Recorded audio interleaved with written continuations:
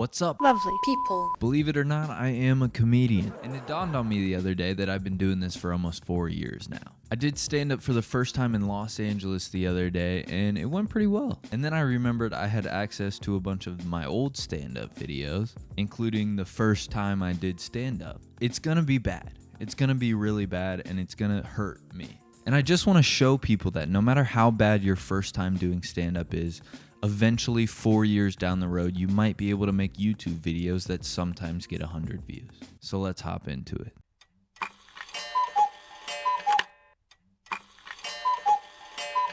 The date is October 23rd, 2018. I'm 18 years old. I'm performing at a venue called Eastside Tavern in Columbia, Missouri, which is one of the most depressing places on earth. I also think it's important to note this is like a Tuesday night in October in Missouri. It's probably like 50 degrees outside. People have work in the morning. The whole vibes are not great. I thought Corbin was white. Guys, our next comedian. You guys remember the drill from before? Where we give a hard amount of booze to a newcomer? I might have spilled the beans already because I'm an alcoholic.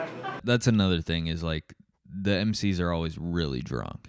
It's like, you know, it's a place for alcoholics in Missouri to go to have something to do. Ready to give a hard round of booze to Prentiss. Oh God.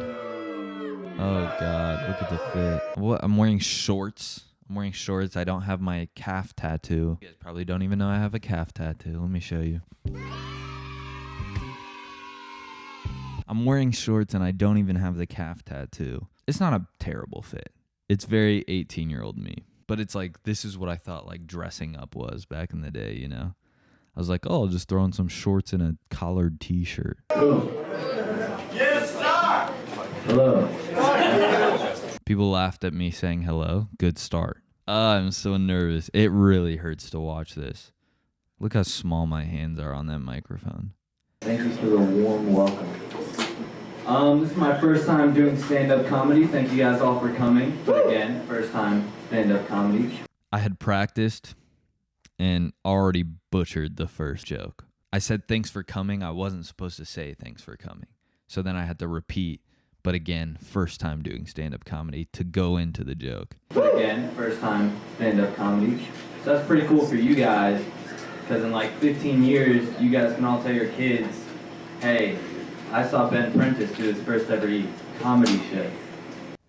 It just hurts, like just messing up the words. I know how nervous I was. I'm like so nervous and jittery, and I'm like moving around too much, and I'm messing up words. I'm just in my head, and I hate it. And I'll tell your kids, hey, I saw Prentiss do his first ever comedy show. And they'll say, who the fuck is Prentiss? Why do you always tell us stupid shit like this, Dad? I fucking hate you.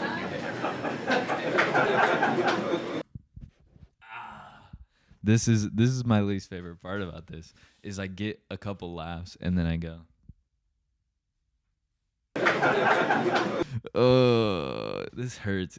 I don't even know if I can do this. This is awful. Who has ever done that after a joke? Just, thank you. Yeah, you guys like that? And I know I'm just nervous. I'm just moving around so much. It makes me so uncomfortable. I also botched the joke, and they're definitely just laughing because it's my first time and they want me to feel better. I'm a pretty weird fucking person. I've noticed something really weird about myself lately. I notice I like to touch or grab things that I find aesthetically pleasing, just like instinctively. I'll give you an example. The other day, I was walking to this pasta place to get some pasta, and I was walking with my head down because I don't want to talk to anybody, and I see this acorn.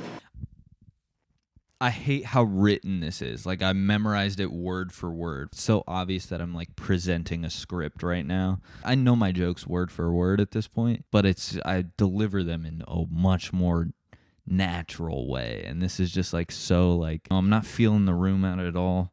Just, this is the words. This is when they're said. I also forgot this was my first bit, the acorn bit. What a bad first. All right, let's just. And I see this acorn. And this was a nice-ass fucking acorn. It was really round, it was so smooth, and it had this cool little color to it. And I think that's my first problem right there. Because how many people do you know that are sexually attracted to acorns?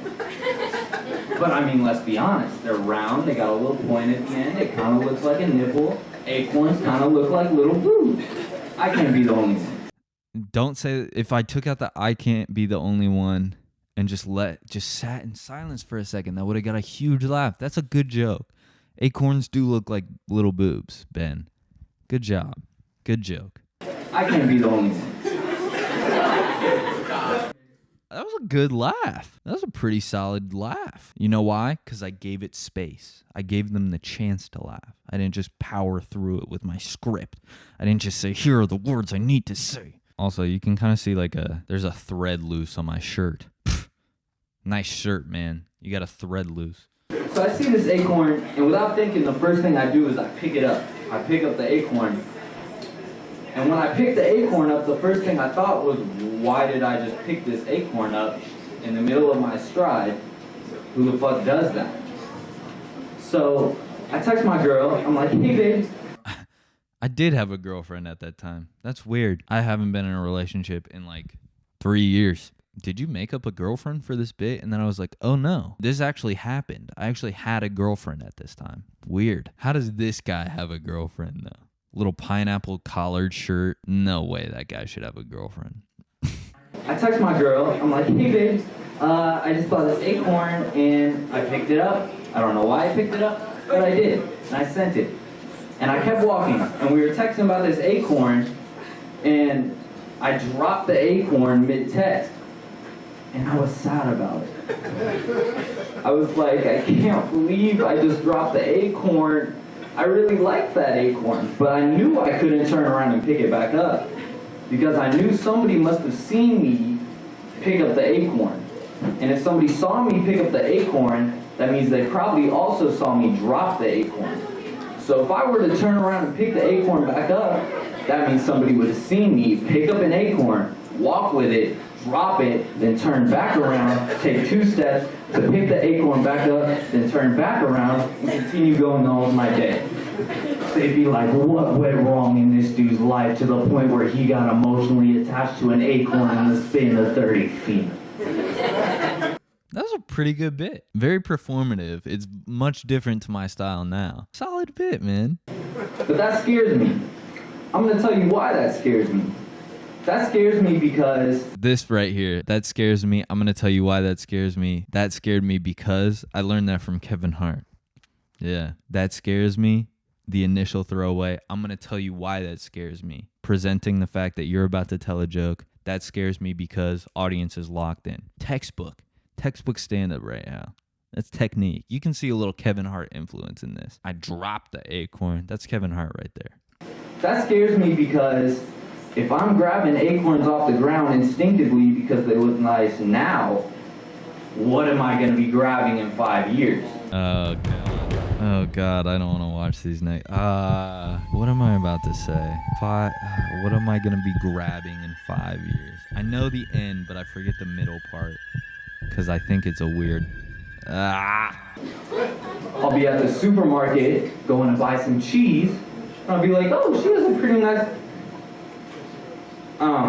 I'm sorry, I do this thing where I grab things that I find aesthetically pleasing. It's a problem. I'm sorry. Solid, man. Sexual harassment. Oh, what could I say here that would be funny? What if I sexually harass someone? That would be funny, right? If I talk about sexually harassing someone in a supermarket, that's a good joke, right? Yeah. Let's write that down. Let's put that in the set. That's sexual harassment. And I don't really want to be a sexual harasser. That would not be any fun. Okay, at least I address it. I think I probably thought I don't want to be a sexual harasser was going to hit a little harder than it did. At least morally, I'm aware that's wrong.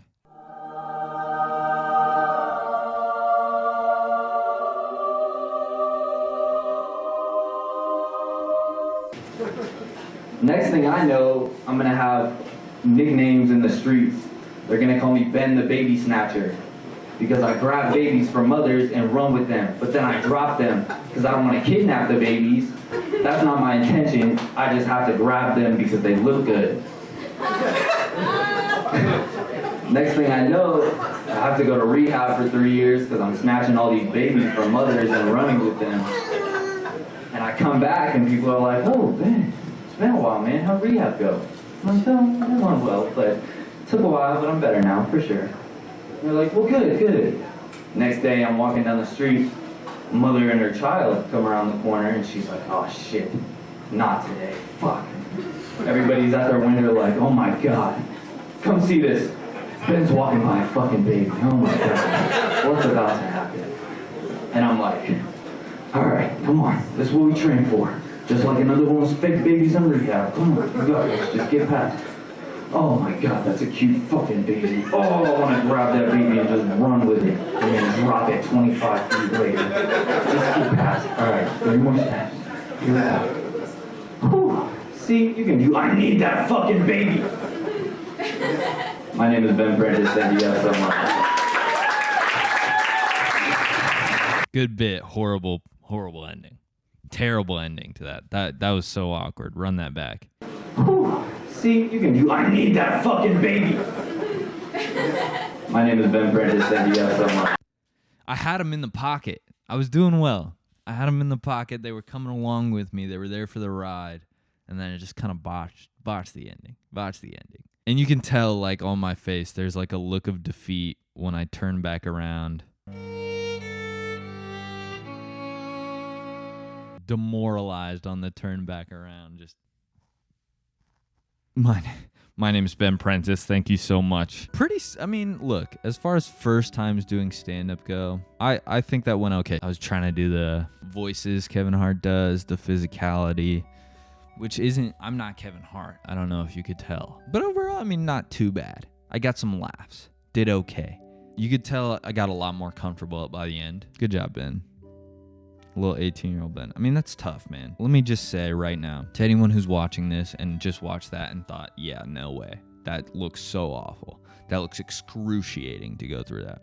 Just do it. When you feel a joke bomb in front of a crowd of people that is there they want to laugh. They want to be entertained. When you feel a joke bomb, it's one of the worst feelings you can experience in life. It really is. It's one of the worst things you can do in life. But once you get through that, once you've been there, once you've done it, once you've felt it, everything after that is easy. Life is on easy mode after that. Nothing can touch you. You're untouchable. So go do it. Go do stand-up. So that was my first time doing stand-up. I'm about to record myself watching my second time doing stand-up. So that video will come out eventually, most likely. If you've gotten to this point in the video, you're an aesthetically pleasing acorn that I would love to pick up, and I love you. Think about subscribing, maybe. Think about hitting the subscribe button, maybe liking the video, and letting me know what else you want to see. Thank you guys for watching. See you next week.